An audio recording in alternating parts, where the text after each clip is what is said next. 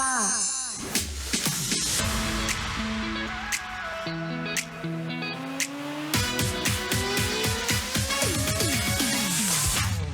Isang malakas na sigaw sa mga taong sobra magmahal. Sa sobrang pagmamahal, ikaw na lang ang nakahawak. Hoy! Uy totoo yan sa mga pagkakataong ito na talaga nga namang ang dami ng tukso, ang dami ng pogit maganda. Ay nako, sinasabi ko sa'yo, maraming kabit ang jowa mo. Hoy! Friday na Friday, binigyan ng palaisipan ng mga nasa relasyon na kung saan talaga nga namang hindi na sila masaya. Mahal, mahal, mahal! Annyeonghaseyo, Kimchi na yun nita. Ay, pwede na tayo mag-weekend. Huwag ka na dumaldal, Kimchino. Mag-empake ka na, pwede ka na umuwi. Kala ko talaga may inuuwian. Pero hello, mahal. Oo, ako to. Napapakinggan mo na ngayon ng Spicy Opo mo sa radyo na kapag natikman mo. Hahanap-hanapin mo. Ako to, mahal, si DJ Kimchino at makakasama ko 6 to 9 tayo. 6 to 9 p.m. 6 to 9 p.m. ako ang iyong makakasama ngayong Friday evening na kung saan sagot ko ang mga kwentuhang may kabuluhan. Wow!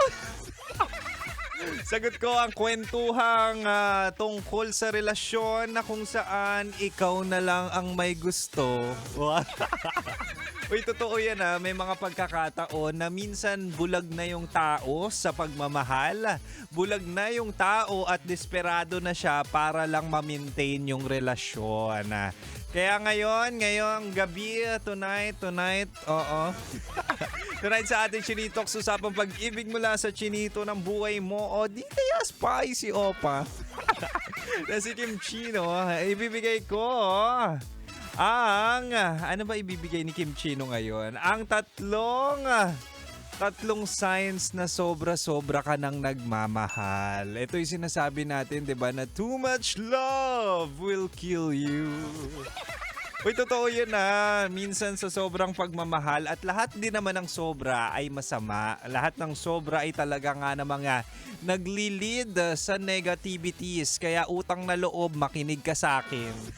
Okay, umpisa na natin, mahal. Una, sobrang love na yan kapag siya na ang mundo mo. Ito yung sinasabi natin na lahat na lang ng oras sa kanya, yung plano mo nakabase na naman sa kanya.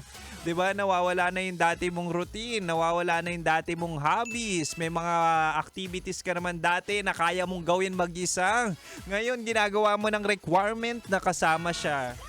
Alam nyo ako, mahal, may mga ganito akong tropa. Ito, example ko lang May mga tropa ako na nung nagka-love life, kailangan isasama pa nila yan kung saan man sila pupunta. Diba, yan yung mga may plus one pa. Kunwari, magiinuman kayo ng tropa-tropa na ginagawa nyo naman nung hindi pa sila magkakilala. Ngayon, since may jowa na siya, isasama niya pa. Diba may mga ganun na kung saan ginagawa mo ng mundo ang dapat tao lang.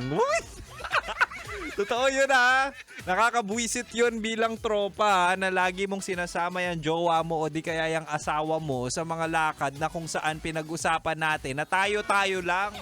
Wala namang gagawin masama. Hindi naman din ikamamatay mo kapag hindi mo siya kasama. Diba? Minsan kasi, mahal, kapag ginawa mong mundo ang isang tao, definitely kapag nawala yan, ano mangyayari sa'yo? Wasak na wasak ka.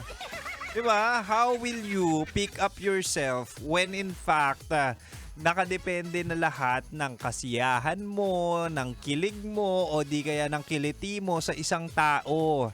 Ibig sabihin ng relasyon or partner ay talaga nga namang katuwang, hindi mundo. Kaya kayo diyang marurupok at talaga nga namang sobra magmahal.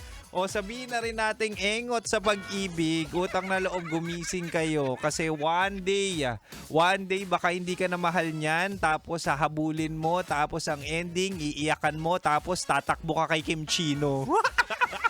Tatakbo kay Kimchino. Anyway, mahal, una sa lahat ng sobra ay mali. Lahat ng sobra ay talaga nga namang hindi nakaka-good vibes. Oo. Pero ang nakaka-good vibes, alam mo, mahal, Friday na. Kaya bumalik na tayo sa Rakrakan Music. Sagot ka, Rakrakan Music. At huwag ka mag-alala hanggang 9 p.m. pa si Kim Chino. But for now, makinig muna tayo sa music. Muli, ito ang 90.7 Love Radio. Kailangan pa bang i-memorize yan? Basic. Metro's #1 Love Radio. Basic!